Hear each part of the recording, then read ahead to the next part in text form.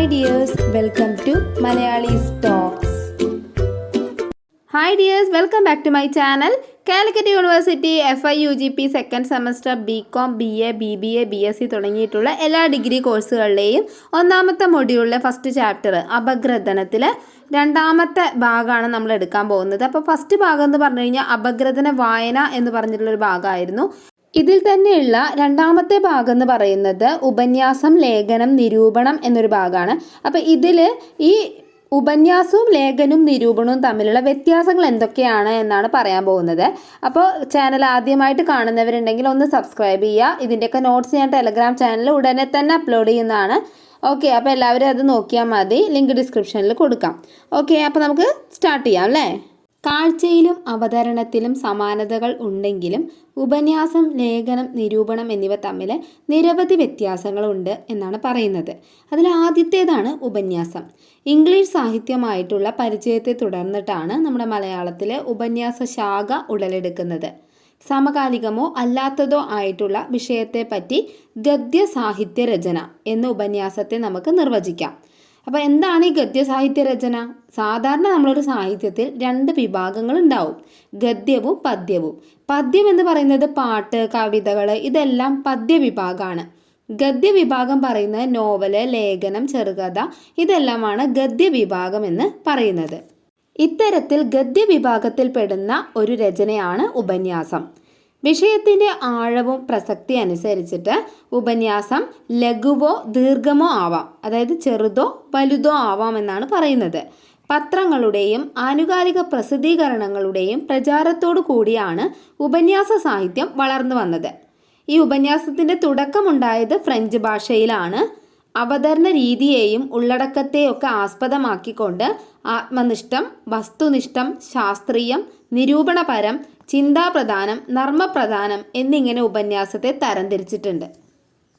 ഒരു ഉപന്യാസ രചനയുടെ അടിസ്ഥാനം എന്ന് പറയുന്നത് വിഷയത്തെ കൃത്യമായി മനസ്സിലാക്കുക എന്നതാണ്.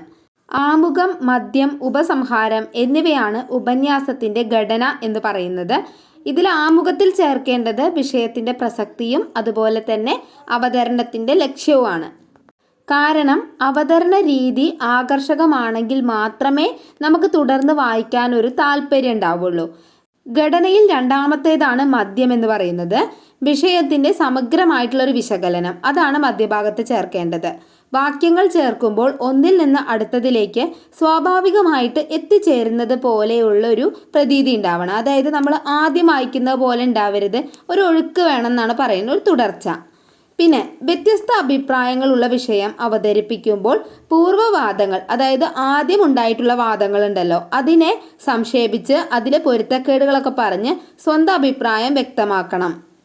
ഉദാഹരണങ്ങളും ഉദ്ധരണികളും ഉപന്യാസത്തെ കൂടുതൽ മികച്ചതാക്കുന്നുണ്ട്. മധ്യഭാഗത്ത് ചർച്ച ചെയ്ത കാര്യങ്ങളിൽ നിന്നും സ്വാഭാവികമായിട്ട് രൂപപ്പെട്ട് വരുന്നതാവണം ഏറ്റവും അവസാനത്തേതായിട്ടുള്ള ഉപസംഹാരം. പ്രധാന ആശയങ്ങളും ലേഖകന്റെ അഭിപ്രായവും ഒക്കെ ഇവിടെ ചേർക്കാവുന്നതാണ്. പ്രധാനമായിട്ട് നമ്മൾ നോക്കേണ്ടത് ഒരു ഖണ്ഡിക, അതായത് ഒരു പാരഗ്രാഫിൽ തന്നെ ഉപസംഹാരം ചുരുക്കണം എന്നാണ് പറയുന്നത്. രണ്ടാമത്തേതാണ് ലേഖനം.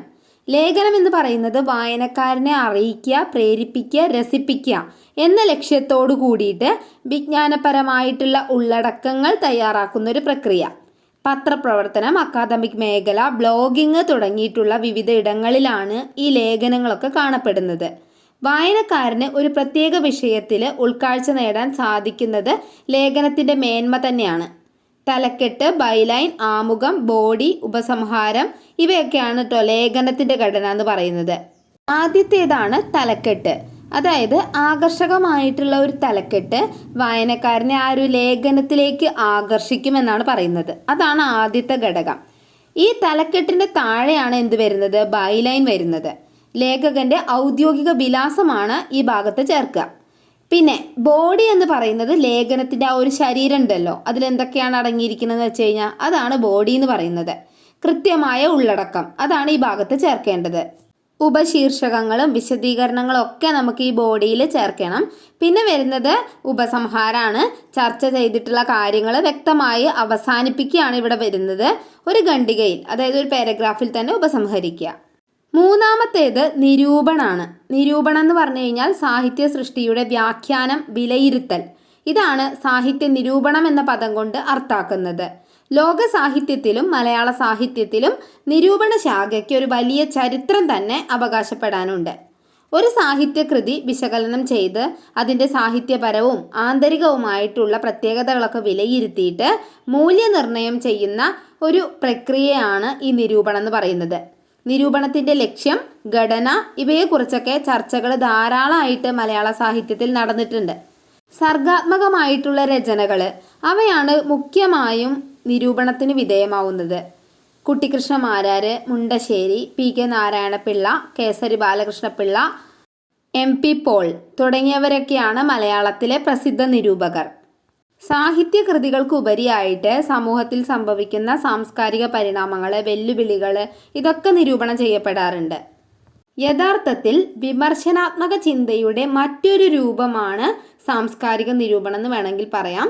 സാംസ്കാരിക രൂപങ്ങൾ, മൂല്യബോധം, അവയുടെ ഇടപെടൽ, സ്വാധീനം ഇവയൊക്കെ ചേർത്ത് വെച്ച് പഠനവിധേയമാക്കുന്നുണ്ട്. ഇതാണ് നിരൂപണം എന്ന് പറയുന്നത്. അപ്പോൾ എല്ലാവർക്കും മനസ്സിലായിട്ടുണ്ടാവും എന്ന് വിചാരിക്കുന്നു. എന്തെങ്കിലും സംശയം ഉണ്ടെങ്കിൽ കമൻറ്റിലൂടെ ചോദിക്കുക. അപ്പോൾ നമ്മുടെ ഫസ്റ്റ് ചാപ്റ്ററിലെ ഇൻട്രൊഡക്ഷൻ ചാപ്റ്റർ കഴിഞ്ഞിരിക്കുകയാണ്. ഇനി ഓരോരുത്തർക്കും ഓരോ സിലബസ് അനുസരിച്ചുള്ള ചാപ്റ്റേഴ്സാണ്. ആ ചാപ്റ്റേഴ്സ് എല്ലാം തന്നെ ഞാൻ ഉടനെ തന്നെ അപ്ലോഡ് ചെയ്യുന്നതാണ്. അപ്പോൾ എല്ലാവരും സപ്പോർട്ട് ചെയ്യുക, സബ്സ്ക്രൈബ് ചെയ്യുക, ഫ്രണ്ട്സിനെ ഷെയർ ചെയ്ത് കൊടുക്കുക. Thank you for watching.